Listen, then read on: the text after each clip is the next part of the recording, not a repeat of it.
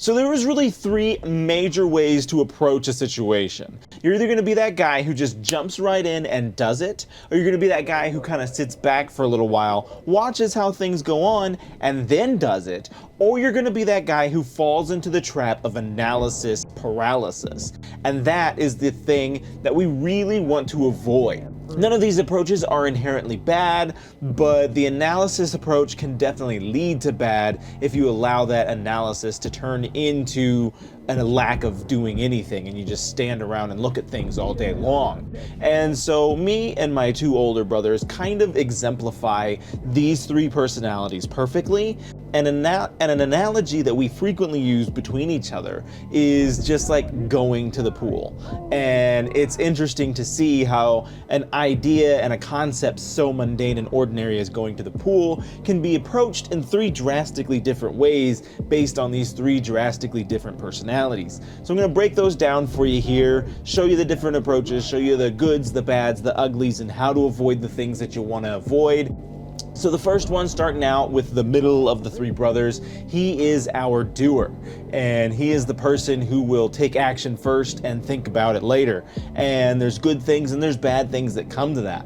But when you're talking about going to the pool on a hot Saturday afternoon, the doer is the person who's going to cannonball right into the pool and then worry about the shampoo in his eyes after he's been in the pool. And that is just the way of the doers. The doers work on a total like high impact, high risk, high reward mentality. And that can be a good thing because the doers tend to get more reward than any of the other two personality types as they get in on the ground floor. They get in on these things before everyone else is there, before the crowd is there, and they can get established and just explode from there. Now, naturally, what comes with that, the problem is the exact opposite, is that these doers are doing all of these things that no one else is doing. And sometimes when you jump into the pool, there's no water in the pool and you crack your head on the concrete. And that is a risk that you take from being a doer. And again, it's like I said, it's high risk, high reward. It does pay off to be a doer. They tend to work really well with the more analytical types. They work really well with the middle ground type as well, the hybrid. The analyst or the hybrid are going to kind of see what's going on and try and warn the doer before the doer jumps in and does something crazy or reckless. But the good thing about teaming up with a doer is the doer is going to drag the hybrid person or the analytic person into the pool with them eventually. They're not just going to sit in the pool and be by themselves all day. And that can be really helpful. And it has its opposite issues as well, but just doing stuff, knocking it out, getting stuff done, taking action first, and thinking about it later, those are our doers. A crucial reaction when you are a doer is being able to pivot. So you need to be able to recognize when things are not going your way and how to pivot and move on to the next thing. And that is how the doers stay on top of things and keep from any loss from being too substantial and keep having these big wins and these big gains that kind of build and compound onto each other. Because again, compound interest works more than just in the financial realm. It works here in the work and productivity realm as well. You build productivity and it compounds into great things for you in the future. And so the doers are the kinds of people who are going to jump right into that pool, but they're going to jump right out and go to the next thing when they lose interest. And that's vitally important for the doer mentality, because if you stick around too much, you run the risk of losing the rewards that you had. And if things are going bad and you jump out in time, you don't get impacted quite as awfully as you would if you had just stayed in the pool the whole time. And then, so moving on to our hybrid method, there I'm calling them our learners. They are the people who will jump in generally after the doers. The doers are your first line of defense. They're jumping into the pool and they're getting the chlorine. They're figuring out that the water is too cold and whatever the heck else could be the problem with the pool. And your learners are going to learn from the doers. They're going to watch and be like, that water seems cold. Maybe I shouldn't jump in and do a cannonball all at once. They're going to be like, that looks like it's not chlorinated water. Maybe I'm not going to get in at all. And they're going to make their observations observations, and then they're going to take their action shortly thereafter based on the observations that they make. The learner route is oftentimes the safest route, as they've mitigated the risks that the doers showed them, because the doers are in there doing it, and they've learned enough about it that they know how to leverage it in a way that can be beneficial. Being a learner tends to be relatively risk-free, but it also comes with the fact that you usually do not get huge, massive rewards because of it. Those huge, massive rewards are reserved for our doers who are getting in there first and doing it. But if you just want a steady stream of healthy income or whatever it is you're trying to establish, then being a learner is a pretty good, safe bet to be in, because the learners, again, they're gonna get on the thing after it's been established, it's been around for a while. They're like, this thing is pretty reputable. I know the big things to avoid. I know the big things to not do and to do. And so I'm going to go ahead and I'm going to take my stab at it now, and I'm going to do the thing. And the learners also tend to stick with these things longer than the doers do. The doers will get in on the ground floor, they'll establish the big things, and then they'll leave on to the next big shiny thing. And then it's your learners who pick up what those doers started and maintain from there until they eventually move on to the next thing, which will be after the doers have done the next thing and the learners have a chance to learn from that and move on. The analytics will be our last person to get in the pool, if they even get in at all.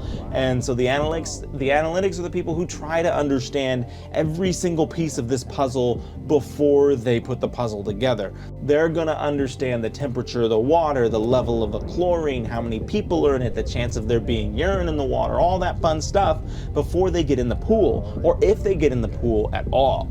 And that is the danger that our analysts run into, is that they oftentimes miss opportunities entirely because they are far too late to the party. Now, the analysts almost never have any risk at all involved, so it's high risk if you're a doer, it's low risk if you're a learner, and it's practically no risk if you're an analyst, but it's also little to no reward. And that is the danger that you face as being an analyst. And a lot of these personality traits, they're just naturally who we are. We can't oftentimes help how these things shape us and help how our minds work, but we can become aware of how our minds work and attempt to kind of work against our brains and work in a way that helps our minds because we understand our minds. And so that's kind of the point of these videos, is to really help you understand how your mind works so that you can use that and leverage it to your advantage. Because if you're an analyst, then you will fall for that popular phrase, analysis paralysis, and you will just think about things until the end of days, and you'll never actually do the thing. And the nice thing about being an analyst, though, because there is no bad personality. Obviously, the analyst has the highest risk of a lack of success, but that's not to say that analysts are bad or inherently unsuccessful people. It's just that they are at a higher risk of being unsuccessful. The doers are at a higher risk of tanking and blowing their entire spendings on something dumb because they tried this thing that was not proven, and the learners are doomed to a life of mediocrity because they're never going to get anything quite as big as a doer, and they're never going to be quite as safe as an analyst either. So they all have their pros and their cons, but the biggest takeaway here is that if you are an analyst, recognizing that tendency and leaning more towards actions when you can. It's not always going to make sense to you, and it's not always going to work out for you, but if you can make a conscious effort to understand, like, hey, I've analyzed the situation an awful lot. I think it's time that I just jumped in the pool, and just do it more often than you can. If you're an analyst, it is incredibly helpful to team yourself up with a doer, because the doer is going to jump in there. You're going to give them all the warnings. You'll be like, hey, hold up, the pool, it's really cold. You may not want to do the cannonball. And then maybe they decide to like gradually go in the pool instead of cannonballing in. And then eventually the doer is going to be like, hey, you boring wallflower, I'm going to drag you into this pool now because you can't just stand outside the pool all day. And that is a really good cooperative teamwork essential way to be. the learners tend to be the ones who gain the least from partnership. Doers can be a successful partner for either personality type. Doers will get the learners in and doing stuff as well. They'll get the analysts in and doing stuff as well. The problem with the learner and doer pair is that the doer might often bring the learner in prior to that learner being prepared or ready for doing it, because the learner is more prone to action, and so the doer doesn't have to persuade them quite so much to get into the pool. And so instead they might get into the pool, but it might be too early, and they might now run the risk of having some substantial loss because they allowed a doer to bring them into the situation. Whereas the analyst and learner pair is probably the worst of the two pairs, because the learner already is going to sit and analyze the situation before they jump in, and then the analyst is going to sit and observe every portion of it before they jump in, and then vicariously the learner can be dragged into the analyst mindset, and they both just sit on the sidelines observing and analyzing and just do nothing the whole time. And so that's where, if you're a learner, it's important to know your strengths and your weaknesses, because you can get easily dragged into one direction or the other. You can get dragged into being a doer, you can be dragged into being an analyst. So just understand your thoughts and how your brain works, and understand how to mitigate those risks. Obviously, as an analyst, you stand to gain the most from partnerships, especially with doers, because they'll drag you in, they'll get you doing stuff where you normally wouldn't be doing anything at all. And so those are our three major approaches for a situation. You're going to be a doer, you're going to get in, you're going to knock it out, high risk, high reward. Or you're going to be a learner, and you're going to see the doers, see what they're doing, you're going to understand the situation, you're going to get in, and you're going to have a steady flow of success, but nothing major. Or you're going to be an analyst, and you're going to analyze every situation, and you're kind of like a sniper. You're hitting that precision shot, and when that moment is perfect, you're going to take your actions, and then boom, you've got your rewards. And that probably be a once-in-a-lifetime thing for you, but you mitigated any sort of risk at all whatsoever. That's what it comes down to. Being able to understand your personalities, avoid the struggles that become apparent once you understand your personality, and making sure that you keep taking action in accordance to that understanding. And so here we are. I've got my books available on Amazon. I've got an animation here on YouTube. I've got more videos on this channel if you'd like to check them out, all about productivity and just getting stuff done. I appreciate you stopping by. If you check out any of my other material, that would be absolutely delicious. Thank you, and I'll catch you on the next one.